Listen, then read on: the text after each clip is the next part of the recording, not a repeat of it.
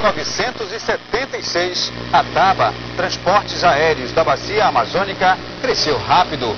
Ao final do primeiro ano de existência, já operava em 20 cidades. A TABA operou durante 23 anos e com 5 de existência a empresa já servia 37 cidades em todos os estados da região norte e algumas cidades das regiões Oeste e Centro-Oeste. É porque era uma empresa,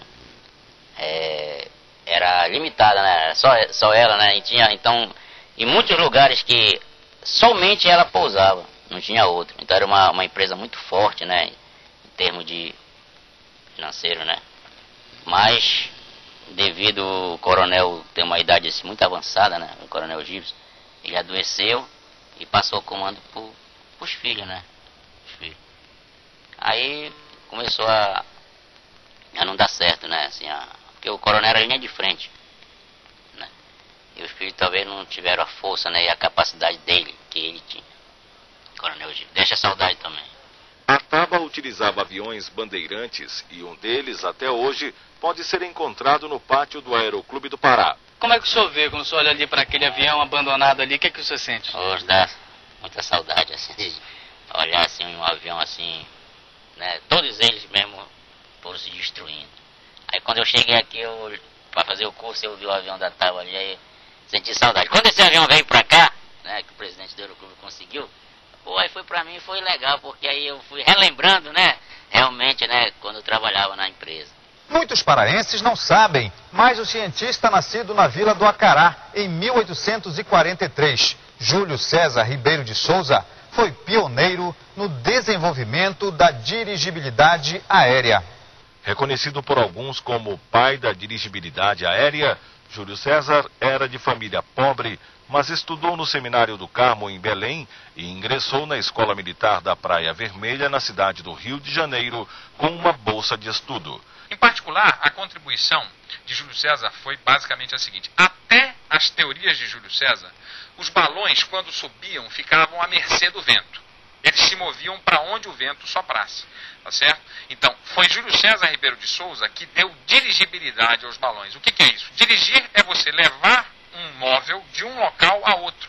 Então, quando Júlio César estabelece os seus princípios de dirigibilidade aérea, tornou-se possível navegar com direção um determinado balão, um determinado objeto, um navio aéreo, como era chamado à época.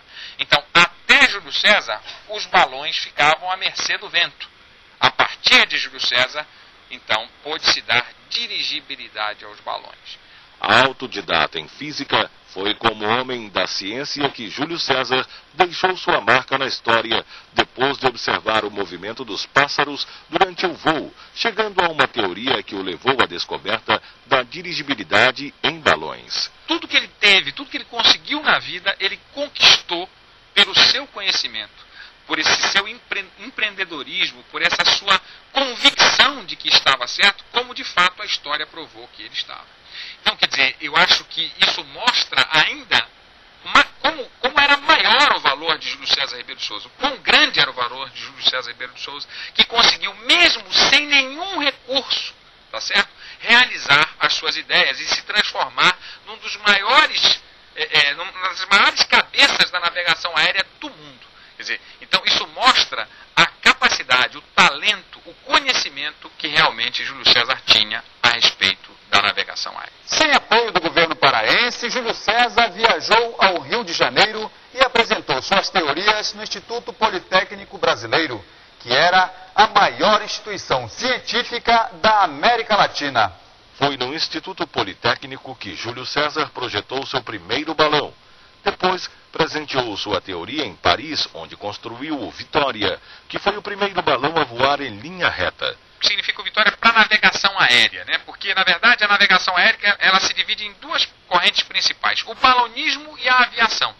Júlio César foi um pioneiro do balonismo. E o balonismo teve sua época, né? Porque você sabe que as grandes travessias do Atlântico eram realizadas, né, na primeira metade do século XX a bordo dos zeppelins, não é? Que eram transportes extremamente eficientes para a época, até os acidentes com o Hindenburg, etc.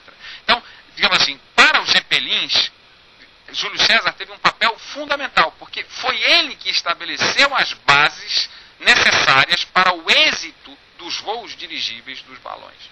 Então, Júlio César é o pioneiro. Eu acho que Júlio César, a gente pode colocar assim, a navegação aérea se divide em duas correntes, balonismo e aviação. O Júlio César está para o balonismo, assim como o Santos Dumont está para a aviação. Depois de mais 2 projetos, Júlio César voltou doente ao Brasil, onde morreu aos 44 anos de idade, na cidade de Belém, sem dinheiro e sem glória. Eu acho que, assim, nós estamos passando por um momento que é muito importante, que é o momento de colocar, digamos assim, o Júlio César Ribeiro de Souza no seu devido lugar. Quer dizer, o reconhecimento desse grande vulto da navegação aérea mundial, em particular brasileira, e em particular paraense, que é Júlio César Ribeiro de Souza. Então, apesar de existirem algumas homenagens já feitas, como bustos, como um aeroporto de pequeno porte, em homenagem a Júlio César, uma avenida, né? Alguns ajustes são necessários. Primeiro, a questão de denominar as coisas com o nome completo de Júlio César. Júlio César Ribeiro de Souza, para você não confundir com o imperador romano, né? Então, quer dizer, é Júlio César Ribeiro de Souza, o acaraense, o paraense que inventou o dirigível. Tá certo? Em primeiro lugar. Em segundo lugar, eu acho que uma grande luta, que na verdade não é só minha, mas é de um conjunto de pessoas, que é de dar ao aeroporto internacional de Belém, que não tem nome em homenagem a uma pessoa, a denominação de aeroporto Júlio César Ribeiro de Souza. Eu acho que esse seria o grande reconhecimento que nós poderíamos fazer a esse grande pioneiro da navegação aérea mundial, que foi Júlio César Ribeiro de Souza. Todas as populações que tiveram os pioneiros de navegação aérea têm esse reconhecimento, denominando os seus grandes aeroportos em homenagem aos seus cientistas, aos seus inventores. É assim, né? Em Roma, o aeroporto Leonardo da Vinci, é assim em vários lugares do mundo, por exemplo, no Rio de Janeiro, o aeroporto Santos Dumont, e aqui eu acho que nós devemos esse reconhecimento. A descoberta do paraense foi pioneira cerca de 30 anos antes do voo do 14 bis de Santos Dumont, que é considerado o pai da aviação. Para você ter uma ideia, antes do 14 bis, quer dizer, antes de tentar a navegação aérea por meio de aviões, Santos Dumont tentou vários balões, tá certo? Mais de 10 balões foram experimentados por Santos Dumont.